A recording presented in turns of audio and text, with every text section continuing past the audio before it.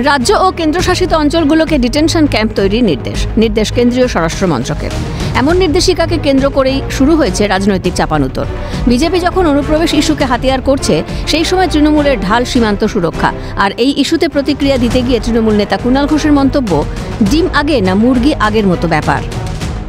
এগুলি নিয়ে রাজনৈতিক ভেদাভেদপূর্ণ নজর ঘোরানোর খেলা চলছে। আসল কাজ যেটা অনুপ্রবেশটা ঠেকানো, সেটা আপনাদের দায়িত্ব। তার মানে আপনারা কোথাও ফেল করছেন, ব্যর্থ হচ্ছেন বলেই আপনাদের নজর ঘোরাতে এই কথাটা বলা হচ্ছে। কিন্তু ডিম আগে না মুরগি আগের খেলা চলছে।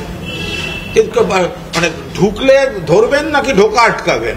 তো এই ডিম আগে না মুরগি আগে মানুষকে কি আপনারা ধাঁধার খেলায় নজর ঘোরাতে চান? আগে তো অনুপ্রবেশটা ঠেকান। বিএসএফ ফেল করছে। ডিটেনশন ক্যাম্প ইস্যুর পিছনে বিভাজনের রাজনীতি দেখছে কংগ্রেসও। সুর চড়িয়ে কংগ্রেস নেতা অধীর চৌধুরীর মন্তব্য, সীমান্তে কাঁটাতার দিতে পারছে না, ডিটেনশন ক্যাম্প করবে। ডিটেনশন ক্যাম্প না করে ইন্ডাস্ট্রিয়াল সেন্টার করা হোক। বাতাবরণ তৈরি করো। ডিটেনশন সেন্টার কোথায় করবে তা জায়গা কই? বর্ডার ফেন্সিং দেওয়ার জন্য জায়গা পাচ্ছেন না, বর্ডার ফেন্সিং দিতে পারছেন না আপনি বাংলাদেশের সঙ্গে আজ পর্যন্ত। হ্যাঁ, আপনি ডিটেনশন সেন্টার করবেন? আমার বক্তব্য, ডিটেনশন সেন্টার না করে ইন্ডাস্ট্রিয়াল সেন্টার করো না রে ভাই। আপনি আইন তৈরি করছেন, আপনি আইন তৈরি করে সেটা মানবেন না। আপনার আইনটা শুধুমাত্র বিভাজনের আইন। সুর চড়িয়েছে বামেরাও। অসমে এনআরসির প্রসঙ্গ টেনে সিপিএম নেতা সুজন চক্রবর্তীর মন্তব্য, মানুষকে ভয় দেখানোর চেষ্টা। ডিটেনশন ক্যাম্প আসাম মনে করিয়ে দেয়।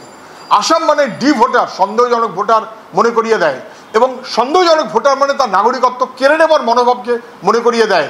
ঠিক যেভাবে আসামে পরিকল্পনা করি 19 লক্ষ লোক তাকে নাগরিকত্ব তার কেড়ে নেবার মনোভাবে মুভ করেছে, তার অংশ হিসেবে ডিটেনশন ক্যাম্প।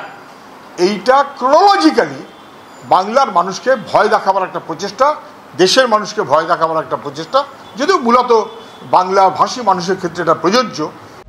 স্বরাষ্ট্র মন্ত্রকের ডিটেনশন ক্যাম্পের সিদ্ধান্তের বিরুদ্ধে কংগ্রেস, তৃণমূল, বামেরা কার্যত একত্রিত হলেও পিছু হটতে নারাজ বিজেপি। কেন্দ্রীয় শিক্ষা প্রতিমন্ত্রী সুকান্ত মজুমদারের দাবি, জেলই ডিটেনশন ক্যাম্প। তো কয়েকদিনে পশ্চিমবঙ্গ পুলিশ বেশ কয়েকজন বাংলাদেশি নাগরিককে ধরেছে। তাদেরকে কি মমতা বন্দ্যোপাধ্যায় বা ফিরহাদ হাকিমের বাড়িতে রেখেছেন? কোথায় রেখেছে? জেলে রেখেছে। So that jail is this detention camp. এক ধাপ এগিয়ে রাজ্য বিজেপি সভাপতি শ্রমিক ভট্টাচার্যের মন্তব্য, ডিটেনশন ক্যাম্প হলো ডিটেক্টেড ডিপোর্ট। চিহ্নিত করা হবে, বাইরে বের করে দেওয়া হবে। আর যাদের আসার কথা নয় তারা যদি ঢুকে পড়েন, তাহলে সঙ্গে করে জমি নিয়ে আসতে হবে।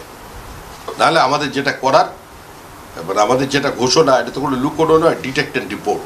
চিহ্নিত করা হবে, বাইরে বার করে দেওয়া।